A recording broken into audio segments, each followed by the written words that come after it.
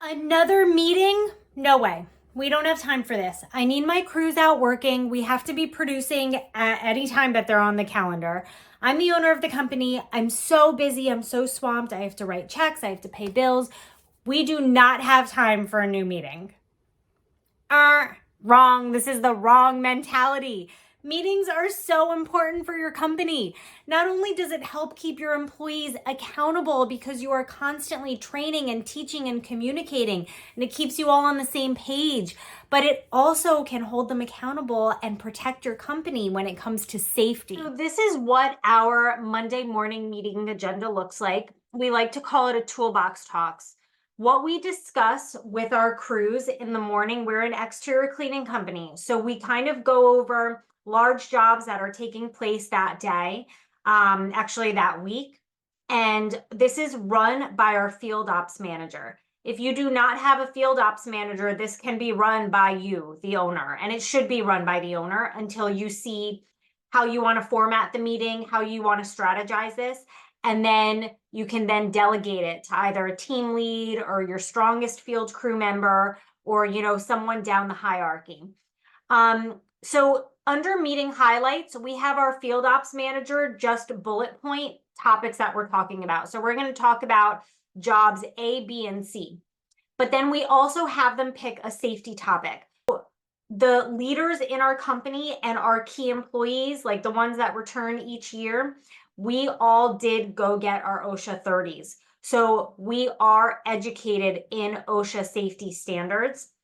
And if you have this is a great resource, but if you do not have it yet, and I do feel like as an owner of a home service company, you should get your OSHA 30.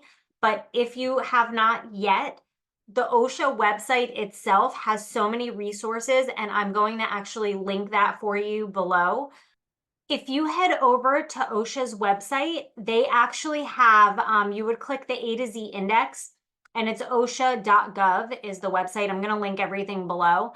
You can search for topics, safety topics that are relevant to your industry and kind of like circle through them all throughout the year. So we would do ladder safety once, sometimes twice a month, just because it's so necessary in our industry. They have so many topics. I'm not going to go through all of this, but you can definitely search through this. Another great link I'm linking below is OSHA has free resources for small business owners. So they actually already have Toolbox Talks free downloads. And that's this. It's going to be linked below, but we really use in the exterior cleaning space, ladder safety, hearing protection, electrical safety is huge. Hard hat safety is huge. Chemical warning labels, back sprains and strains. These are all relevant. If you have field employees, you need to be reviewing safety with them frequently. And one and done doesn't cut it. So just because we all got our OSHA 30s doesn't mean that we don't have to keep drilling this information into our employees to practice safety.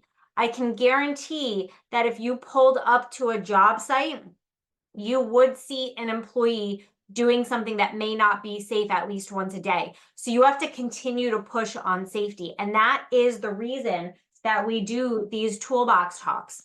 Now, another component to this is under the meeting highlights is where you list out the agenda and the safety topics you're going to discuss.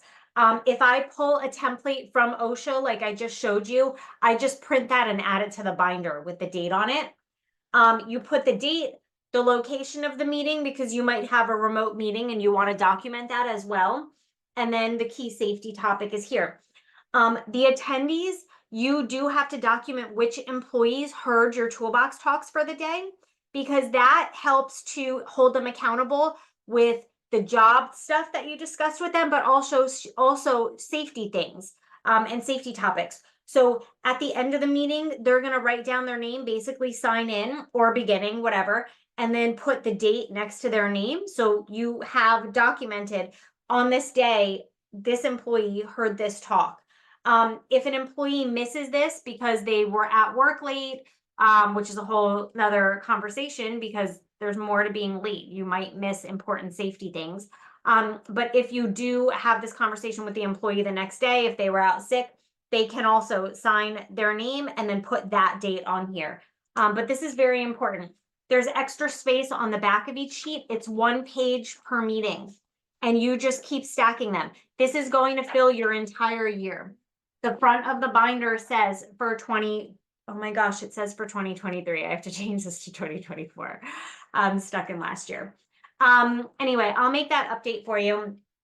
But this binder is very important for 2 reasons. If you have any safety issues, if you have a very, God forbid, knock on wood, ladder fall, and OSHA does want to talk to you about your safety standards, you can show them that on a weekly basis, you are discussing safety with your crews. That can help your company. Safety is not a joke, and no one thinks that they're going to get hurt until they're hurt. So that's very important from a safety perspective, but also from a KPI, key performance indicators perspective with your employees. If you are giving your employees direction, so we use Jobber, for example. We love Jobber. Go Jobber. We tell our employees that when they collect or when they finish a job, right? We have all the credit cards stored on file.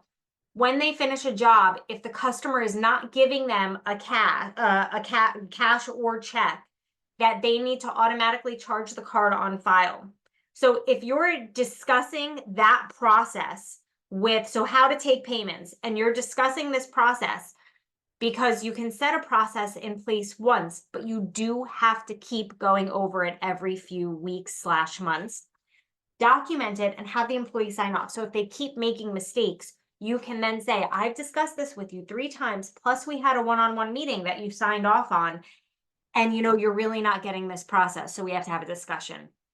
So these toolbox talks really go a long way. This is something that you need to implement in 2024, not 2023, or whenever you're watching this video, and it's going to go a long way. So I'm going to link all of the tools for you below, and please, please, please be sure to hit the subscribe button, and please subscribe to this YouTube channel, because we are going to grow together this year, and we are going to absolutely rock the home service industry.